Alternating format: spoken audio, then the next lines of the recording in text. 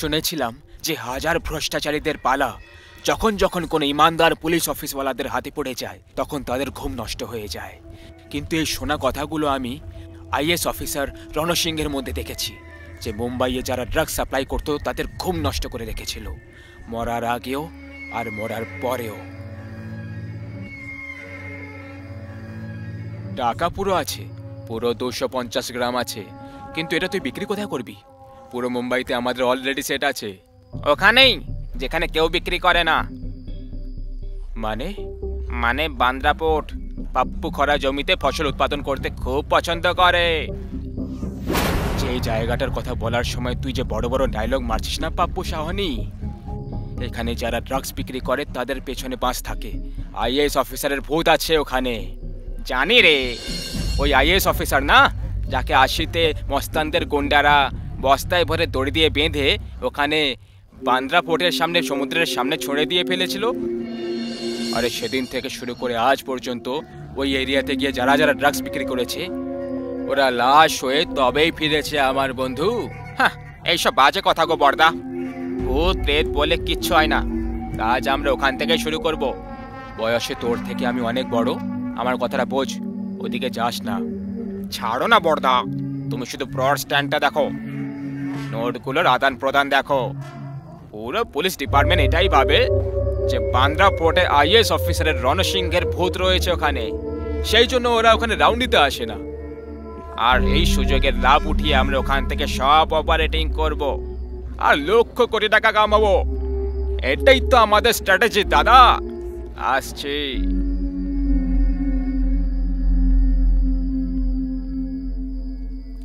এই দাঁড়া, আমি জানি তুই আজকের পর এখানে কখনো ফেরত আসবি না, তাই এটা রাখ, মরার আগে পুরো মজা নিয়ে নে।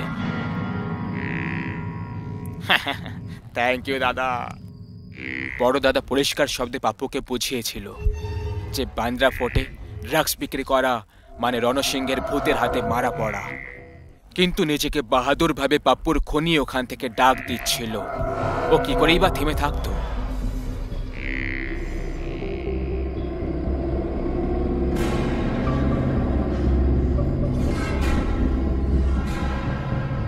আরে পাপ্পুদা, কোন নেশাখোর লোক এখানে আসার জন্য তৈরি হচ্ছে না। হ্যাঁ তো, সবাই বলছে এখানে এলে তাহলে রণসিংহ ওদের মেরে ফেলবে। এখন তো আমাকেও ভয় লাগতে শুরু হয়ে গেছে। আমার এখানে আসা উচিত হয়নি। ভাই, রণসিংহ সত্যি এসে গেলে তখন? আমরা এতক্ষণ ধরে এখানে আছি, কেউ এসেছে? সব বাজে কথারে আমার লিমকা গজা। এখানে কোনো ভূত থাকে না, এই সব মন গড়া গল্প। যাই হোক, এই ভয়ের পরিবেশ বদলাতে একটু সময় তো লাগবে, লাগাবো। কিন্তু ওপেনিং ডেতে বনি তো করতেই হবে। কিছু টাকা আছে পকেটে নাকি খালি ঘুরছিস? আছে তো দাদা, এই যে 355 টাকা। আর আমার কাছে দাদা 150 আছে। যেটা আছে বনির জন্য যথেষ্ট। এটা ধর, এখন এটা বিক্রি কর বা খা। মাল তোদের, পুরো 5000 টাকার পরিষ্কার মাল। মজা কর। চল এবার, কাল নতুন ভাবে ফিল্ডিং করব।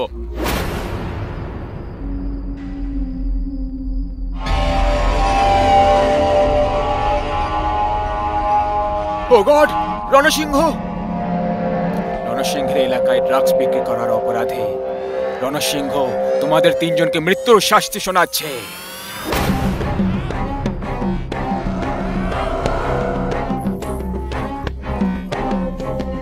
মৃত্যুর থেকে যদি এতই ভয় পাও তাহলে এখানে এসে ড্রাগস বেচা উচিত হয়নি তোমাদের।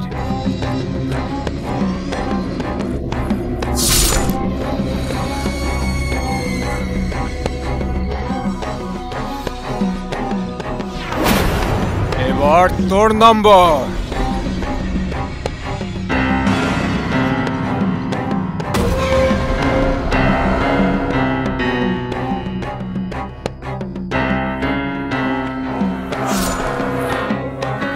আজকের গল্প থেকে আমরা এই শিক্ষাই পেলাম, যদি তুমি ভুল কাজ করো তাহলে এক ইমানদার অফিসারের থেকে একটা নয়, দুটো নয়, বরং একটা শহরের দূরত্ব বজায় রাখো, কারণ তারা মরে যাওয়ার পরেও নিজের ডিউটি পালন করে।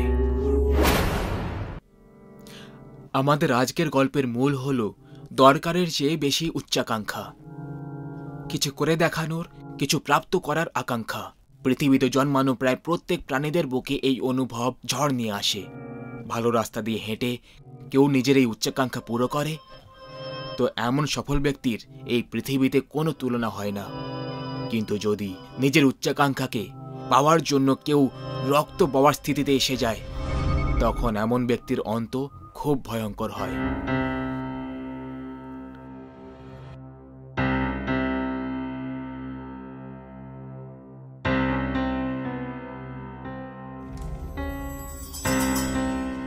তোমার কি মনে হচ্ছে বস আমাদের দুজনকে একসাথে কেন ডেকে পাঠিয়েছে? চিন্তা কেন করছো ভাই? তার কাছেই তো যাচ্ছি নাকি, এক্ষুনি জানা হয়ে যাবে। আর বলো রাজু, কেমন আছো? বাড়িতে সব ঠিক? আজ্ঞে সাহেব, সব ঠিক আছে। তুমিও না রাকেশ, কতবার বুঝিয়েছিলাম তোমাকে আমি যে পিয়ন, লিফটম্যান, হাউসকিপিং ওয়ালাদের সঙ্গে কথা বলবে না, আমাদের স্ট্যান্ডার্ডের সঙ্গে এসব ম্যাচ করে না। ও আর আমি, আমরা দুজনেই মানুষ সমর, আর আমরা দুজনেই নিজের নিজের কাজ করছি। সেই জন্য আমাদের প্রত্যেকটা মানুষের আদর সম্মান করা উচিত। আদর সম্মান? তোমার ভাষা তো দেখো, গ্রামের কোনো মূর্খের মতো মনে হচ্ছে।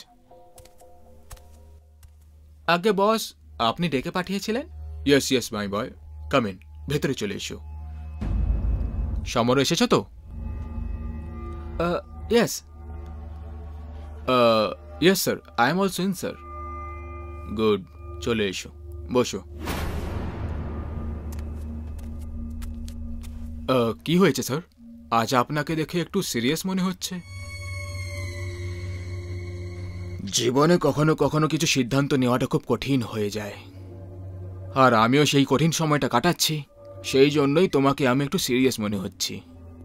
যাই হোক, আজ আমি এই কোম্পানির দায়িত্ব থেকে ফ্রি হওয়ার সিদ্ধান্ত নিয়েছি। আর এই অল্প সময়ের মধ্যেই তোমরা দুজন এই কোম্পানির জন্য অনেক কিছু করেছো। সেই জন্য কোনো নতুন লোককে হায়ার করার জায়গায় ভাবলাম তোমাদের মধ্যে কোনো একজনকে কোম্পানির সিইও বানিয়ে দিই। কিন্তু তোমাদের দুজনের মধ্যে যে কোনো একজনকে বাছাটা আমার জন্য খুব মুশকিল ছিল, কিন্তু কোনো একজনেরই বাছাই করাটা দরকারও ছিল। মনে হচ্ছে ভগবান প্রার্থনা শুনে নিয়েছে। আমি বয়স আর অনুভব দুটোর দিক দিয়ে রাকেশের চেয়ে বড়। আমি সিইও হব। কাল নতুন সিইও পদের অফিসিয়াল ইনফরমেশন সব জায়গায় দিয়ে দেওয়া হবে। তাই কাল থেকে বলরাজ গ্রুপ অফ ইনফরমেশন টেকনোলজির নতুন সিইও হবে রাকেশ।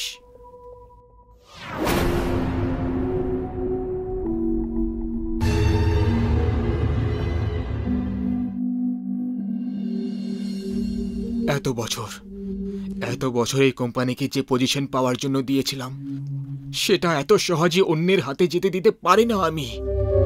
তাতে আমাকে রাকেশের প্রাণে নিয়ে নিতে হোক না কেন।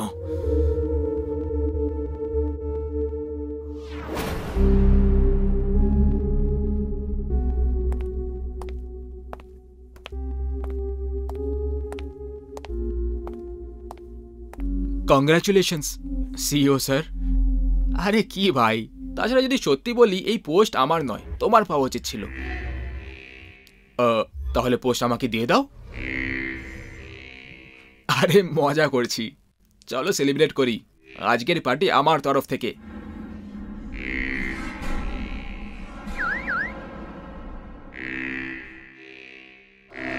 আরে কিন্তু এভাবে হঠাৎ? আর আমার গাড়ি? আজকাল লাইফে অনেক কিছু হঠাৎ করেই হয়ে যাচ্ছে। তুমি সিইও তো হঠাৎ করেই হয়ে গেলে, তাহলে এই পার্টি হঠাৎ কেন হতে পারে না? আজকে শুধু তুমি আর আমি আর আমার ইয়ট, যেমনটা বন্ধুর ইচ্ছে। চলো।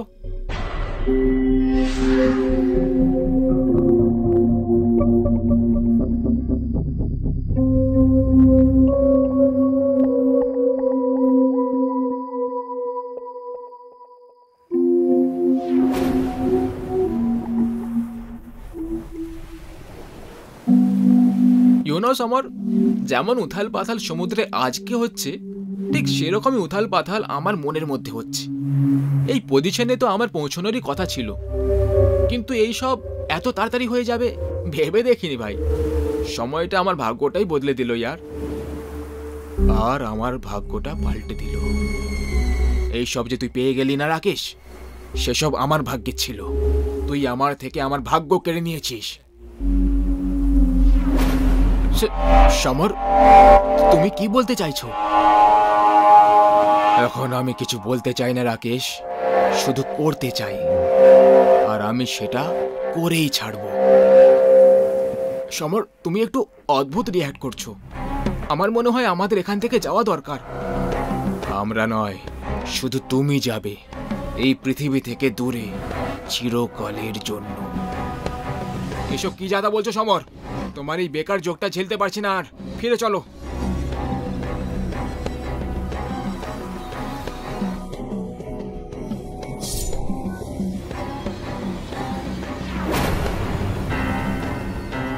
ইন্টারন্যাশনাল কম্পিটিশনে সেকেন্ড পজিশনে এসেছিল আমার।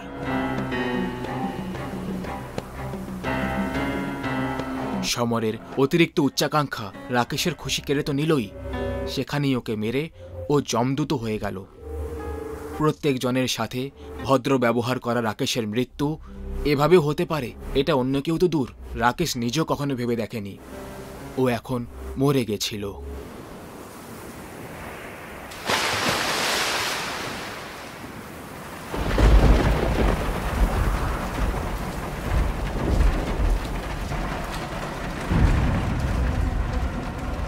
সব জায়গায় খুঁজে নিয়েছি স্যার, রাকেশের ব্যাপারে কোথাও কিছু জানা যাচ্ছে না। মনে হচ্ছে সিওর পোস্টের কথা জানতে পেরেই ও নিজের আসল রংটা দেখাতে শুরু করে দিয়েছে। কোথাও কোনো 5 স্টার হোটেলের রুমে পড়ে আছে হয়তো, মদ খেয়ে। যাই হোক, সময় হয়তো এটাই চেয়েছিল যে সিইও যেন রাকেশ নয়, তুমি হও। Are you sure sir? আমার সিদ্ধান্তে তোমার কোনো সন্দেহ আছে? নো নো স্যার, একদম না। আমি শুধু বলছিলাম যে কাল অবধি ওয়েট করে নেওয়া যেত। সময় আর বিজনেস কারোর জন্য থামে না সমর। অ্যানাউন্সমেন্টটা কালকে ঠিক করে দাও আর কাজে লেগে পড়ো। আগে স্যার।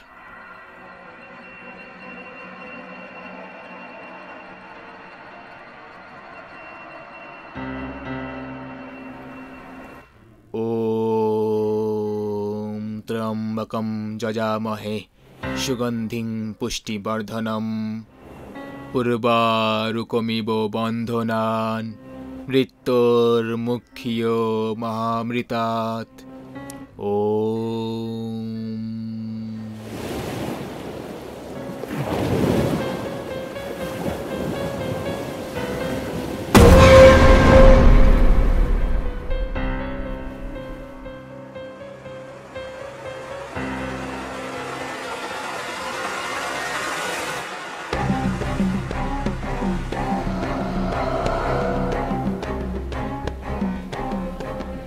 প্রভুর ইচ্ছে নিয়ে এসেছে, প্রভু নিয়ে এসেছে তোকে আমার কাছে। সেও ন্যায় চাইছে, তুইও ন্যায় চাইছিস, পেয়ে যাবি, ন্যায় পেয়ে যাবি। ওম ভট।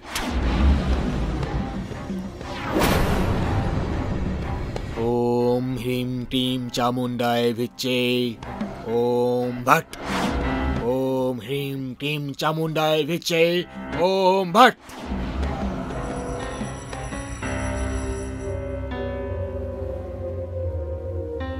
যাও বালক, ন্যায় করো। ন্যায় পাওয়ার পরেই আবার নিজের দুনিয়ায় চলে যেও।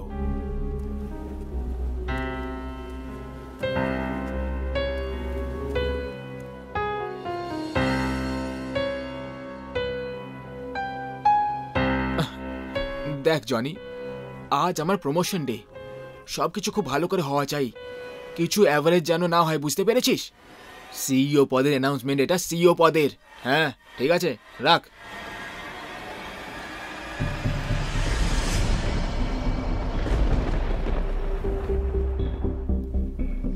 রাকেশ, ও এখানে কি করে আসতে পারে?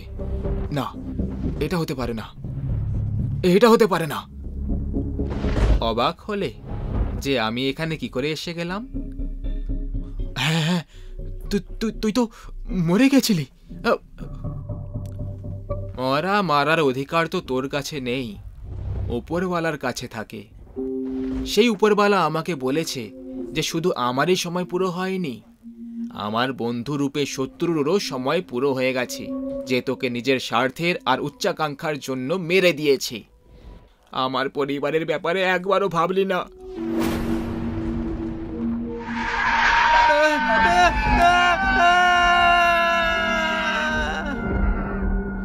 রাকেশ, রাকেশ, দেখ দেখ, আমি তোর সঙ্গে ভুল করেছি। কারণ কারণ আমি একটা খারাপ মানুষ ভাই। কিন্তু তুই তো ভালো মানুষ, তাই না? তুই খুব ভালো মানুষ। আমি তোর পরিবারের কথা ভাবিনি, কিন্তু তুই আমার পরিবারের কথা ভাব। ক্ষমা করে দে ভাই, ক্ষমা করে দে। আমি ক্ষমা করতে ফিরে আসিনি, তোকে সাথে নিয়ে যেতে এসেছি। চল। না, এটা হতে পারে না। আমি কোথাও যাব না। আমি সিও হয়ে গেছি, আমি কোথাও যাব না।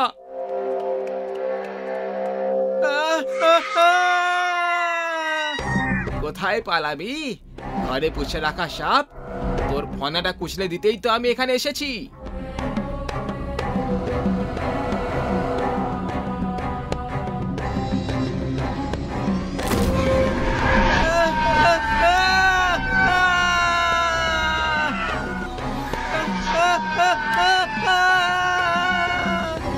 লোভ, ঈর্ষা আর স্বার্থে ভরা সমস্ত উচ্চাকাঙ্ক্ষা সব সময় খারাপ হয়। এরকম উচ্চাকাঙ্ক্ষার কারণে প্রায় রক্তের নদী বয়ে থাকে। যদি আপনারও মনের ভেতর সাম দাম দণ্ডভেদের নীতি আপন করে আগে এগোনোর উচ্চাকাঙ্ক্ষা থাকে, তাহলে সেটা ত্যাগ করুন, না হলে অঘোরই যে কোনো সময় ন্যায় করাতে পারে। কথায় আছে যে বড় বড় শহরের বড় বড় অন্যায়ের কোনো শাস্তিই হয় না। যদি সেই অন্যায় কোনো গরিবের সাথে হয়, তবে তার কোনো খবরই নেওয়া হয় না। কারণ বড় শহরে ছোট আর গরিব লোকের দাম রাস্তার ধুলোর থেকে একটুও বেশি নয়। এরকমই একটা অন্যায়ের কথা আমি আজ আপনাদের বলতে চাই। অনেক রাতে একজন উকিল তার সমস্ত কাজকর্ম শেষ করে নিজের বাড়ির দিকে যাত্রা করছিলেন। সে সময় তার পাশ দিয়ে অনেক দ্রুত বেগে গাড়ি চলে যাচ্ছিল। সেজন্য সে ফুটপাত দিয়ে হাঁটতে শুরু করে। চলতে চলতে হঠাৎ তার নজর ফুটপাতে পড়ে থাকা শুকনো লালচে রক্তের উপর গিয়ে পড়ল, আর সে ভয় পেয়ে গেল। আরে বাপরে, এ তো রক্ত মনে হচ্ছে। না না না, এত রক্ত হতে পারে না। মনে হচ্ছে কেউ পান খেয়ে ফেলেছে। কারা সব বাস করে এই শহরে? দেওয়ালে ফেলা হয়ে গেছে, এবার ফুটপাতে ফেলা শুরু করেছে। ফুটপাথের ওই অবস্থা দেখে উকিলের প্রচন্ড খারাপ লাগলো, আর সে আবার তার বাড়ির দিকে হাঁটতে লাগলো। কিন্তু কিছু দূর এগিয়ে গিয়ে সে আবার দাঁড়িয়ে পড়ল। ওর শরীর একটা লাঠির মতো আটকে গেল। ধীরে ধীরে ওর চোখ রাগে লাল হয়ে উঠল। কেউ পানের পিক ফেলেনি, এটা রক্তই। এর বিচার হবে, আমি এর বিচার করব। পরদিন সকালবেলা মদন আর পবন হাঁটতে হাঁটতে নিজেদের কলেজে যাচ্ছিল। যেতে যেতে যেতে যেতে ওরাও সেই ফুটপাথে এসে দাঁড়িয়ে পড়ল যেখানে লাল রক্ত ছিল। কিন্তু এখন ওই রক্তের দাগ আরো অনেকটা মুছে গেছে। মানুষের পায়ের তলায় চাপা পড়ে সেটা প্রায় দেখা যাচ্ছে না বললেই চলে। আমি তোকে বলেছিলাম যে এই রাস্তা দিয়ে আসবো না। বাজে কথা বলিস না, রাতের কথা ভোলা এতটাও সোজা নয়। যা আমরা দেখেছি আর করেছি, তারপর থেকে আমার জীবনটাই নষ্ট হয়ে গেছে। বুঝতেই পারছি না যে কি করব। এবার আমাদের আর কিছু করার প্রয়োজন নেই। আমাদের যা কিছু করার ছিল সেটা আমরা রাতেই করে দিয়েছি, আর তার পরিণাম তো তুই দেখতেই পাচ্ছিস। আমরা এখনো সুরক্ষিত আছি। যদি কেউ সত্যিটা জানতে পেরে যায়, তাহলে তখন আমাদের কি হবে? কেউ তো তখনই জানতে পারবে যখন আমাদের মধ্যে কেউ একজন তাকে ওই কথা বলবে। আমি তো কাউকে এই কথা বলবো না, কিন্তু আমার তোর উপরে সন্দেহ হচ্ছে। আসলে তোর পেটে কোনো কথাই থাকে না। আমিও কাউকে কিচ্ছু বলবো না, আমার তো সাহসই হবে না। ভালো কথা, কিন্তু দেখ, আমরা যেটা করেছি তাতে কিন্তু কারোর কোনো কিচ্ছু যায় আসে না। শহরে এটা সাধারণ ব্যাপার, তাই এখন তুই ওই কথা এখানেই ভুলে যা। হ্যাঁ, হয়তো এটাই আমাদের জন্য ভালো হবে। ঠিক আছে, এখন চল, অনেকটা দেরি হয়ে গেল। দুজনে আবার কলেজের দিকে হাঁটতে শুরু করে। ওরা দুজন হেঁটে যাচ্ছিল, এ সময় ওদের সামনে একটি পুলিশের গাড়ি এসে দাঁড়ায়। ওরা দুজন প্রচন্ড ভয় পেয়ে যায়। পবনের তো ভয়ে পা কাঁপতে থাকে। সেই গাড়ি থেকে দুজন পুলিশের লোক নেমে ওদের সামনে এসে দাঁড়ায়। তোমরা দুজন কি পবন আর মদন?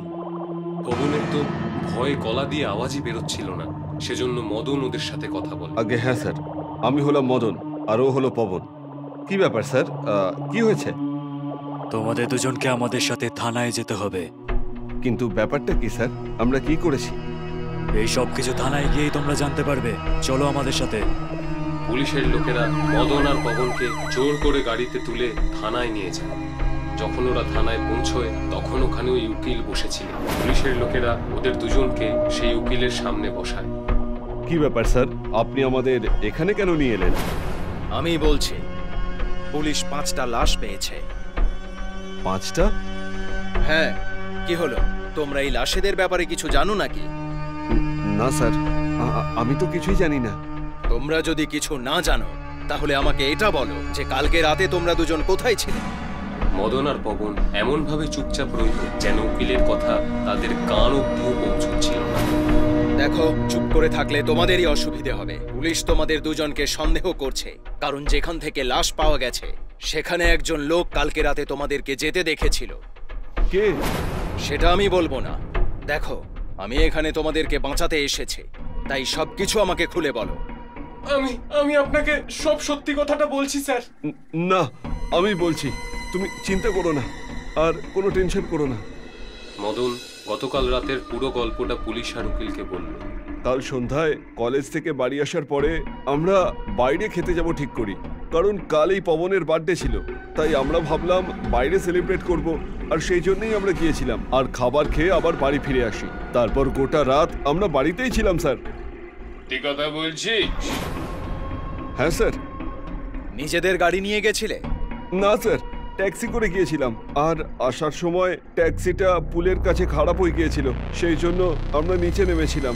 তখনই হয়তো কেউ আমাদের ওখানে দেখতে পেয়েছিল, আর ট্যাক্সি ঠিক হতেই 10-15 মিনিটের মধ্যেই আমরা ওখান থেকে চলে গিয়েছিলাম। কিছুক্ষণের জন্য কেউ কোনো কথা বলল না, আর এই নিস্তব্ধতা মদন আর পবনকে অস্বস্তিতে ফেলছে।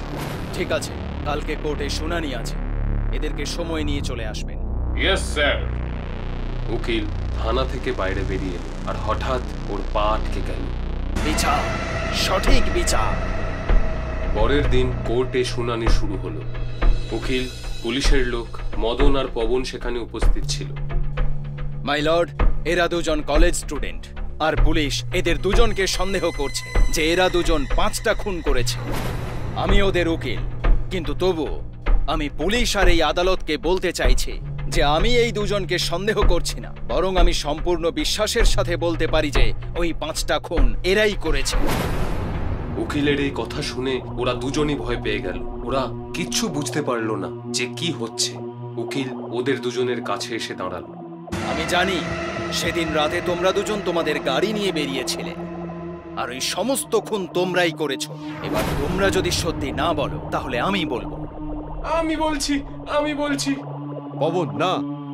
চুপ কর, আমি এখন বলে ভয়ে বাঁচতে পারছি না। মদনকে চুপ করতে বলে পবন সমস্ত সত্যি কথা বলা শুরু করলো। সেদিন আমার জন্মদিন ছিল, সেজন্য আমরা বাইরে পার্টি করতে গেছিলাম। আর আমরা কারো ট্যাক্সি ধরে নয়, নিজের গাড়িতে গেছিলাম। গাড়ি মদন চালাচ্ছিল। বাড়ি ফেরার সময় আমরা অনেকটা মদ খেয়ে নিয়েছিলাম। আরে ভাই পবন, এই রাস্তার গর্তগুলো খুব সমস্যা করছে তো। আমারও এই গর্তগুলোর জন্য বমি পাচ্ছে ভাই। একটু আস্তে চালা। না, আমার কাছে এর থেকেও ভালো আইডিয়া আছে। সেটা কি? দেখাচ্ছি। মদন গাড়িটা ফুটপাথের উপর তুলে নিয়ে দ্রুত চালাতে শুরু করলো। এবার আর কোনো গর্তই আমাদের স্পিড কমিয়ে দিতে পারবে না। গাড়িটা খুব জোরে চলছিল। সে সময় 4-5টা স্পিড ব্রেকার আমাদের গাড়ির তলায় আসে, আর হঠাৎ করে আমাদের গাড়িটা থেমে যায়। আমরা নিচে গিয়ে যা দেখলাম, আমরা খুব ভয় পেয়ে গেছিলাম। আমাদের গাড়ির তলায় স্পিড ব্রেকার নয়, ফুটপাতে শুয়ে থাকা 5টা গরিব লোক এসে গেছিল। ওদের সারা শরীর রক্তে মাখামাখি হয়ে গেছিল। এবার আমরা কি করবো মদন? আমরা খুন করে ফেলেছি। আমার খুব ভয় লাগছে রে ভাই, কি করবো? চুপ কর, চিৎকার করিস না। নেশা কেটে গেছে, আশেপাশে কেউ নেই। তাই একটা কাজ করি, এই সমস্ত লাশগুলোকে তুলে নিয়ে পাশের নালায় ফেলে দিয়ে আসি। তাছাড়া এই ভিখারিদের কেউই থাকে না, কেউ কিচ্ছু জানতে পারবে না। তারপর আমরা ওই ডেড বডিগুলো নিচে খালে ফেলে দিয়েছিলাম, আর গাড়ি নিয়ে ওখান থেকে পালিয়ে এসেছিলাম। পবনের কথা শোনার পর আদালত তাদের ফাঁসির সাজা শোনাল। পুলিশ যখন তাদের থানায় নিয়ে গেল তখন উকিলও সেখানে উপস্থিত ছিল। আমি একা ওদের সাথে কথা বলতে চাই। পুলিশ ওদের 3 জনকে কিছুক্ষণের জন্য একা ছেড়ে দিল। আরে কে আপনি? কেন করলেন আপনি আমাদের সঙ্গে এসব? কারণ তোমরা আমার কাছেও দোষী। উকিলের বদলে যাওয়া গলা শুনে দুজনেই চমকে উঠল। আমি একজন এলএলবি গ্র্যাজুয়েট ছিলাম, কিন্তু আমার কোনো চাকরি ছিল না। আমার রাতে শোয়ারও জায়গা ছিল না। তাই ওই ফুটপাতে ক্ষুধার্ত পেটে আমি ঘুমানোর চেষ্টা করছিলাম, কিন্তু তোমরা ওখানে আমায় ঘুমোতে দাওনি। আমি নিজেকে আর ওই গরিবদেরকে সঠিক বিচার দিয়েছি। এবার আমার কাজ শেষ হয়েছে। উকিলের শরীরটা আবার লাঠির মতো স্থির হয়ে গেল, আর সে অদৃশ্য হয়ে গেল। মদন আর পবন সেটা দেখে থরথর করে কাঁপতে লাগলো।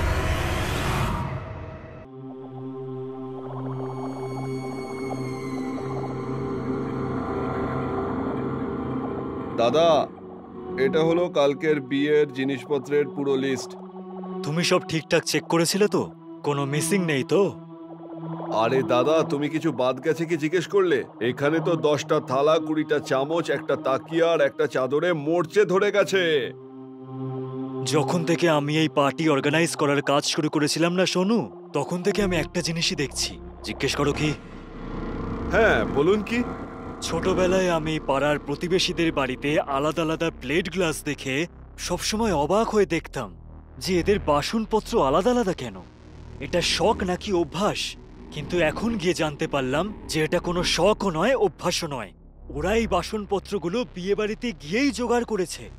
মানে জীবনের এই অভ্যাসটা বহুকাল ধরেই চলে আসছে। ঠিকই বলেছো তুমি দাদা, তীর একদম নিশানায় লাগিয়েছো।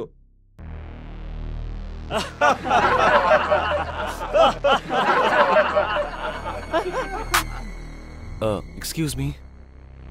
হ্যাঁ বলুন। আমার নাম বীর। আমি হচ্ছি আইটি কোম্পানি সুপারজেটের ম্যানেজার। আমি আমার কোম্পানির জন্য আপনার হলে একটা পার্টি অ্যারেঞ্জ করতে চাই। নিশ্চয়ই করবেন। শুধু এইটুকু বলুন যে কতজন লোক সেখানে থাকবে আর পার্টিটা কোন দিন করছেন। পার্টি কালকে করব আমরা, আর অন্ততপক্ষে সেখানে 100 জন থাকবে।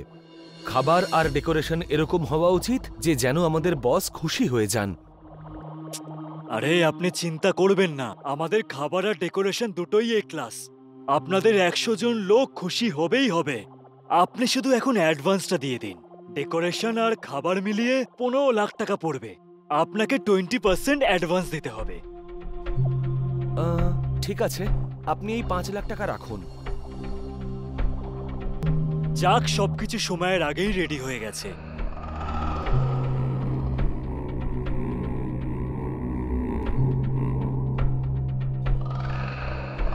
এ কি, কোল্ড ড্রিঙ্কটা ঠান্ডা নেই কেন?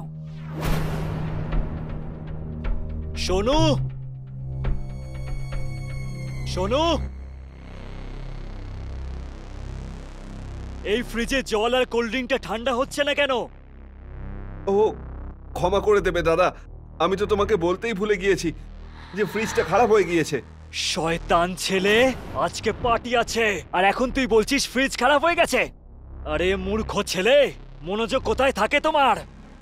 আমার ব্যবসাটাকে কি লাটে তোলার জন্যই এসেছিস তুই? এবার পার্টিতে যে গেস্টরা আসবে তাদের কোল্ড ড্রিঙ্ক ঠান্ডা জল কি করে খাওয়াবো বল আমাকে। দাদা, তুমি রাগ করো না, আমি একটা ব্যবস্থা করতে পারি। স্টোর রুমে একটা অনেক পুরনো ফ্রিজ রাখা আছে, সেটা চলেও। আজ আমরা সেটা দিয়েই কাজটা চালিয়ে নিই, কাল পাল্টে নেব। কি বলো দাদা? এটা ছাড়া আমাদের কাছে কি আর কোনো অপশন খোলা আছে? যে জিজ্ঞাসা করছিস কি করব দাদা? চল স্টোর রুম, দেখা আমাকে ফ্রিজ।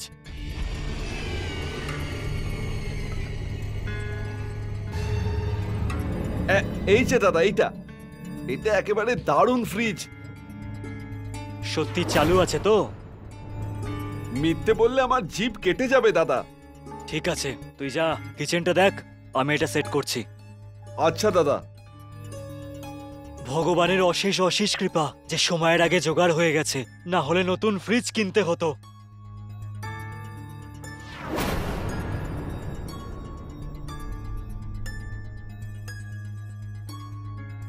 খোলো খোলো, আমাকে বাইরে বের করো, আমি মরে যাব। আমাকে বাইরে বের করো, আমাকে বাইরে বের করো, আমি মরে যাব। খোলো প্লিজ। এই আওয়াজটা তো ফ্রিজের ভেতর থেকেই আসছে, কিন্তু এর ভেতর তো আমি কোল্ড ড্রিঙ্কসই রেখেছি। এর ভেতর তো কেউ থাকতেই পারে না। তাহলে আওয়াজ?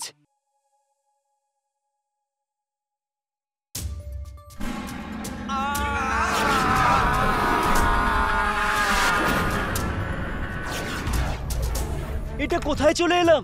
এটা কোন জায়গা?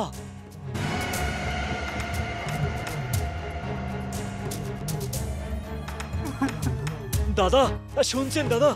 আপনি কাঁদছেন কেন? কে আপনি?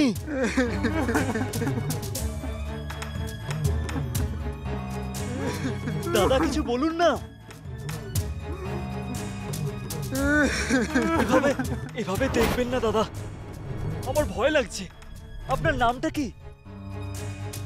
তাড়াতাড়ি দাদাকে বলে দিই যে টাকা ছাড়া জলের ট্যাঙ্কি কিছুতেই আসবে না। যদি ভুলে যাই তাহলে দাদা হেভি গাল দেবে। দাদা,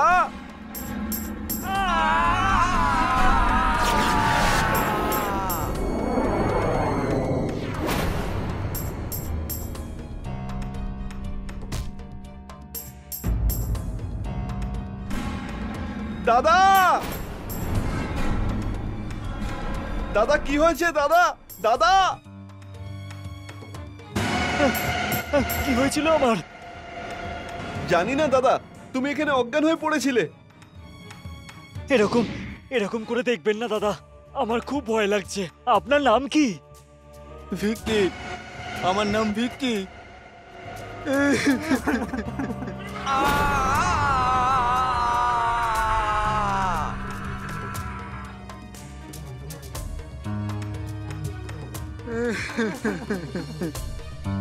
কি ভাবছো তুমি দাদা? কিছু না। খাবার রেডি হয়েছে?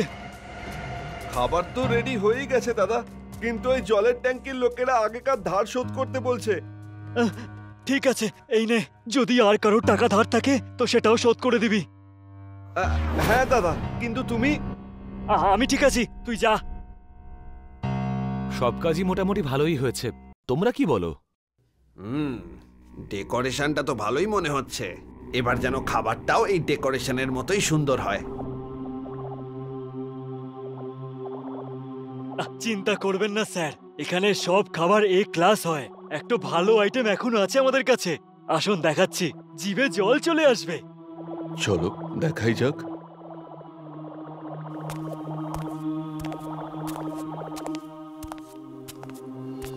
এই দেখুন স্যার। ওয়াও, এই ফ্রেশটা তো অ্যান্টিক পিস মনে হচ্ছে। মদন, এই ফ্রিজটার অ্যান্টিক দেখাটাই হচ্ছে এর বিশেষত্ব, নাকি আরো কিছু বিষয় আছে এর মধ্যে? এই ফ্রিজের পিছনে একটা রহস্য লুকিয়ে আছে, সেটা বেশ অদ্ভুত। কিরকম গল্প? ভিকিকে তো আপনারা সবাই চেনেন।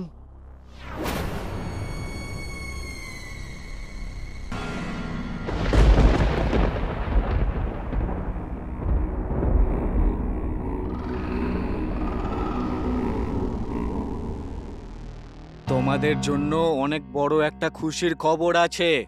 আমি খুব তাড়াতাড়ি কোম্পানির ম্যানেজার হতে চলেছি। আর ম্যানেজার হয়ে গেলেই তোমাদের এই ভাই দামি 4 চাকার গাড়ি করে আসা যাওয়া করবে।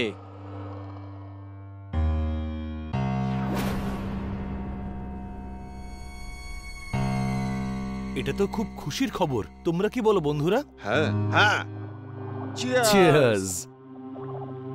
ভিকি, তুই ম্যানেজার হওয়ার পরেই আমাদের ওপর রোয়াব দেখাবি না তো?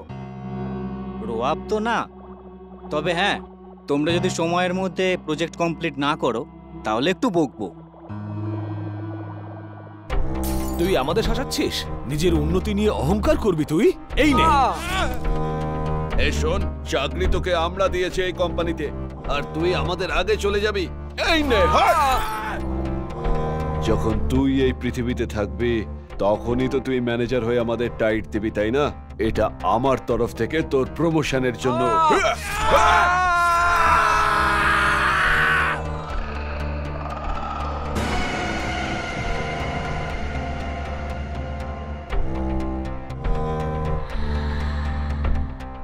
এর আগে এখানে কেউ চলে আসুক, তার মধ্যে ওকে ফ্রিজে ঢোকাতে হবে।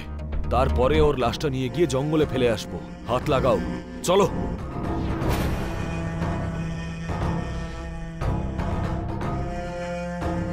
খোলো, খোলো। হলো? আমাকে বাইরে বের করো, আমি মরে যাব, আমাকে বাইরে বের করো।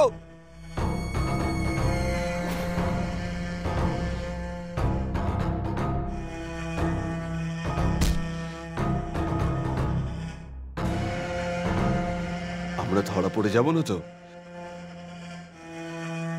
বীরের প্ল্যান কখনো ফেল করে না।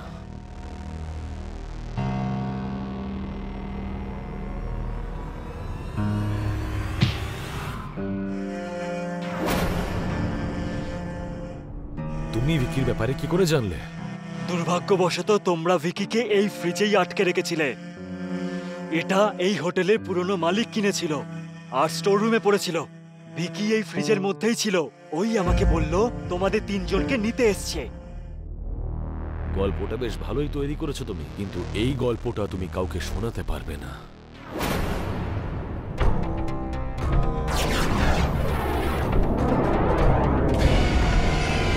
তো আমি তোমাদের এরকম করতে দেব না। ভিকি? হ্যাঁ, ভিক্কি, যে তোমাদের মতো বিশ্বাসঘাতকদের দোষের শাস্তি দিতে এসেছে।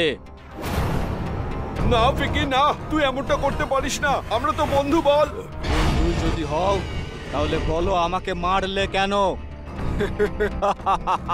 ভগবান তোমাদের মতন বিশ্বাসঘাতক আর বেঈমান বন্ধু যেন কাউকে না দেয়। তৈরি হয়ে যাও।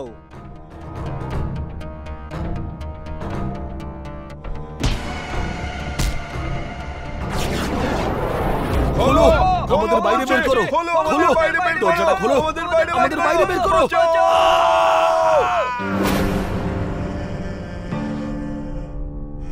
আরে এটা কি ছিল দাদা? এটা এমন একটা ঘটনা যেটা তুই আর আমি ছাড়া আর কেউ বিশ্বাস করবে না যে এরকমও ঘটেছিল।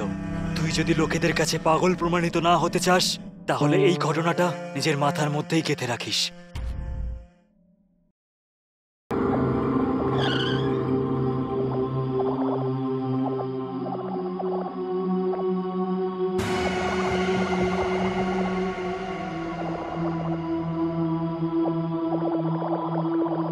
হ্যাঁ গো, শুনছো? বিজয়ের শরীর এখন কেমন আছে? ওর জ্বরটা কি একটু কমলো নাকি?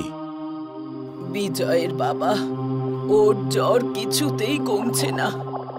সারা শরীর জ্বরে পুড়ে যাচ্ছে। বৌমা, তুমি বিজয়কে সময় মতো খাবার আর ওষুধ দিয়েছিলে তো? হ্যাঁ বাবা, আমি ঠিক সময়ে খাবার আর ওষুধ দুটোই দিয়ে দিয়েছিলাম। বিয়ের আগে তো ওর সবই ঠিক ছিল, কিন্তু বিয়ের পরেই কে জানে কি হলো আমার ছেলের। সারাক্ষণ শরীর অসুস্থ থাকে। এর আগে তো কখনো এটা হয়নি। এটা তুমি একদম ঠিকই বলেছ। আমাদের বিজয়ের তো ছোটখাটো অসুখই মাত্র করত, আর ডাক্তার দেখিয়ে ওষুধ খেলে সেটা দুদিনে ঠিকও হয়ে যেত। এবার তো কিছুতে বুঝতেই পারছি না কোনো ওষুধ ওর উপর কাজ করছে না কেন। আমাদের ছেলেটাকে কত জায়গায় দেখালাম বলতো, বড় বড় ডাক্তার দিয়ে ওকে পরীক্ষা করানো হলো, কিন্তু জানি না আমাদের ছেলেটার কি এমন অসুখ করলো কে জানে যে ও কিছুতে ঠিক হওয়ার নামই নিচ্ছে না। যাকে, তুমি চিন্তা করো না, ঈশ্বরের ওপর বিশ্বাস রাখো, সব ঠিক হয়ে যাবে। আমার মনে হচ্ছে বিয়ের পরে কোনো অশুভ নজর পড়েছে আমার ছেলের উপর। যদি সেটাই হয় তাহলে যে খারাপ নজর দিয়েছে আমার ছেলের ওপর তার শরীরে পোকা পড়ুক, ওর বংশ শেষ হয়ে যাক।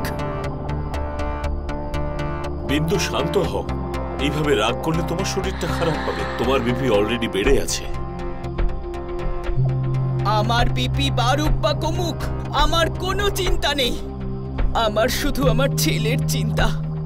তুমি একটা কাজ করো, গুরুদেবকে ফোন করে এখানে ডাকো। উনি আমার ছেলেকে ঠিক করতে পারবেন।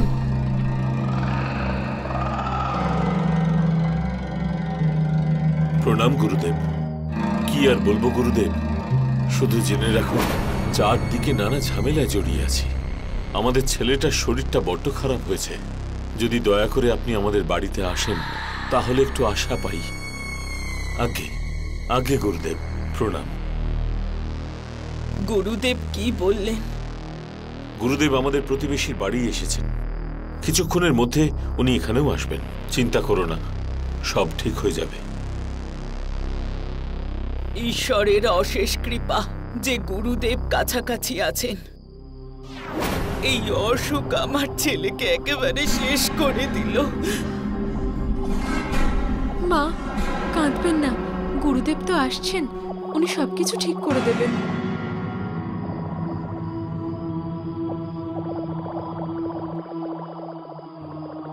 অলোক নিরঞ্জন, জয় মা কালী কঙ্কালী, তোর কথা যাবে না খালি। অলোক নিরঞ্জন। গুরুদেব, আমার ছেলেকে দেখুন না, কি হয়েছে ওর কে জানে। গুরুদেব, আমি যেদিন থেকে আমার ছেলের বিয়ে দিয়েছি সেদিন থেকে ওর শরীর খুব খারাপ। আমরা সব কিছু করেছি, কিন্তু আমার ছেলে সুস্থ হচ্ছে না। আর ভয় নেই, আমি চলে এসেছি, ও একেবারেই ঠিক হয়ে যাবে। অলোক নিরঞ্জন, জয় মা কালী কঙ্কালী, তোর কথা যাবে না খালি। অলোক নিরঞ্জন, অলোক নিরঞ্জন, জয় মা কালী কঙ্কালী, তোর কথা যাবে না খালি। অসুখের কারণ আর নিবারণ দুটোই পেয়ে গেছি। কারণটা কি গুরুদেব? কারণ তোমার বৌমার মাঙ্গলিক হওয়া। এখন যদি তোমার ছেলেকে একেবারে সুস্থ করতে হয় তাহলে তোমার বৌমার বিয়ে বটগাছের সাথে দিতে হবে। গুরুদেব, আমি আমার স্বামীর প্রাণ বাঁচানোর জন্য আপনি যা যা বলবেন সব করতে রাজি আছি। ওম মঙ্গলম মঙ্গলম স্বাহা, ওম মঙ্গলম মঙ্গলম স্বাহা। বিয়ে সম্পন্ন হলো। গুরুদেব, এখন আমাদের ছেলে একদম ঠিক হয়ে যাবে তো? অলোক নিরঞ্জন, জয় মা কালী কঙ্কালী, তোর কথা যাবে না খালি। মায়ের কৃপায় তোমাদের সন্তান একেবারেই ঠিক হয়ে গেছে। ওই দেখো। মা, বাবা, দেখো, আমি একেবারে ঠিক হয়ে গেছি, আমি ঠিক হয়ে গেছি। বিজয়, যা বাবা, গুরুদেবের কাছে আশীর্বাদ নে। প্রণাম গুরুদেব। গুরুদেব, আপনাকে অনেক অনেক ধন্যবাদ। আপনি আমাকে নতুন জীবন দিয়েছেন। যদি আপনি না থাকতেন তাহলে আমি কখনোই ঠিক হতে পারতাম না। ধন্যবাদ আমাকে নয়, তোমার স্ত্রীকে দাও বাবা, যে কোনো প্রশ্ন না করেই বটগাছকে বিয়ে করতে রাজি হয়ে যায় শুধুমাত্র তোমার জন্য। তোমার ভাগ্যে মাঙ্গলিকের সাথে বিয়ে লেখা ছিল, কিন্তু ওর ভাগ্যে সর্বদা সুখী লেখা ছিল। ওর ভাগ্যের জন্যই তুমি বেঁচেছ। অন্য কোনো মেয়ে হলে তোমার মৃত্যু নিশ্চিত ছিল। সন্ধ্যা, আর কিচ্ছু বলার প্রয়োজন নেই, তুমি সুস্থ হয়ে গেছো, আমার জন্য এটাই যথেষ্ট। আমাদের ছেলে খুব ভাগ্যবান যে সন্ধ্যার মতো এত ভালো বউ পেয়েছে। আর এমন বৌমা পেয়ে আমরাও।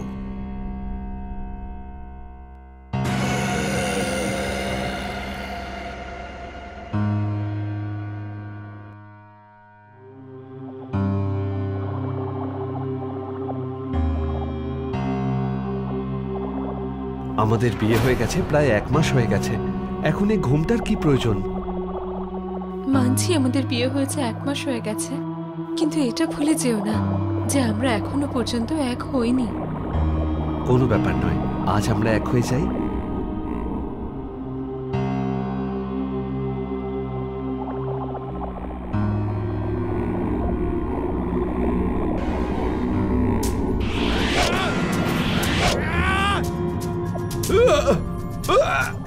বিজয়, বিজয়, এই হঠাৎ করে কি হচ্ছে তোমার? বিজয়,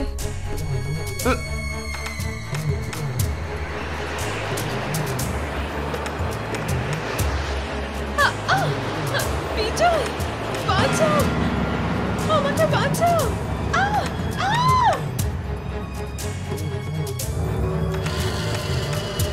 সন্ধ্যা, সন্ধ্যা, সন্ধ্যা, সন্ধ্যা।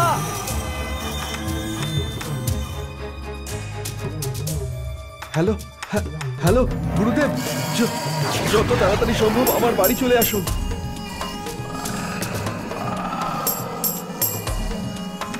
বিজয়, বাঁচাও আমাকে।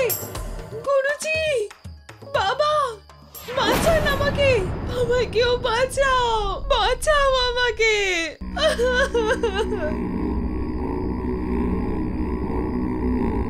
বৌমা, বিন্দু, দেখো আমাদের বৌমাকে। সন্ধ্যা, বাবা, বাঁচান আমাকে। মা, মা, বাঁচান আমাকে।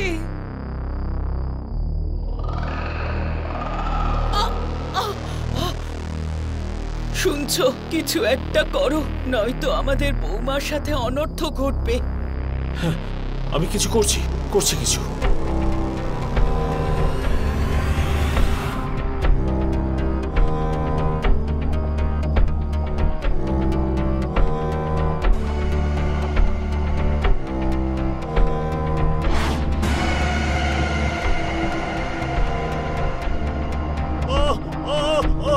বাঁচাও বিন্দু, বিন্দু বাঁচাও, আমাকে বাঁচাও।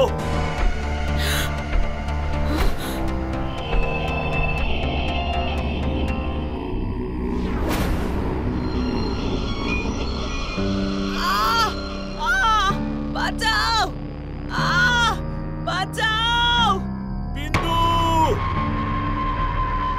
মা, বাবা, সন্ধ্যা, বাবা বিজয়, আমাদের বাঁচাও। আমাদের বাঁচা বাবা, বাঁচাও আমাদের।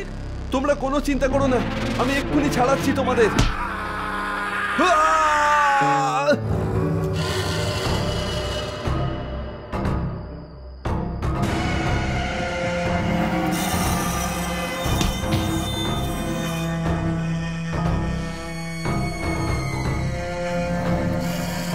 মা, বাবা। অলোক নিরঞ্জন, জয় মা কালী কঙ্কালী, তোর কথা যাবে না খালি। অলোক নিরঞ্জন।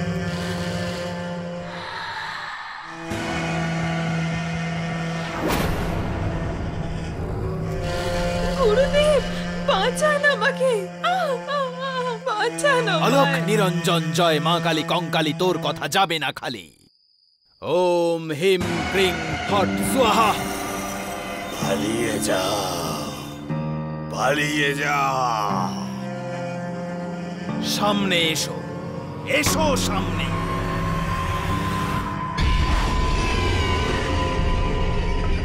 কে তুমি? কি চাইছো কি? কেন তুমি এই বাচ্চাটাকে জ্বালাতন করছো? আজ যখন তুমি ওর বিবাহ এই গাছের সঙ্গে দিচ্ছিলে, তখন আমি এই গাছের মধ্যেই ছিলাম। সেই জন্য ওর বিবাহ আমার সঙ্গেও হয়েছে। এখনো আমারও স্ত্রী। এখন আমি ওকে আমার সঙ্গে করে নিয়ে যাব। আমার সঙ্গে করে নিয়ে যাব। তুই একজন আত্মা, আর তুই যাকে তোর স্ত্রী বলছিস ও একজন মানুষ। তাই এক আত্মার স্ত্রী কখনো মানুষ হতে পারে না। ছেড়ে দে ওকে, ছেড়ে দে। আমি ওর সঙ্গ 7 জন্ম পর্যন্ত ছাড়ব না। আলোক নিরঞ্জন, জয় মা কালী কঙ্কালী, তোর কথা যায় না খালি। ওম হিং ক্রিং ফট ফট স্বাহা।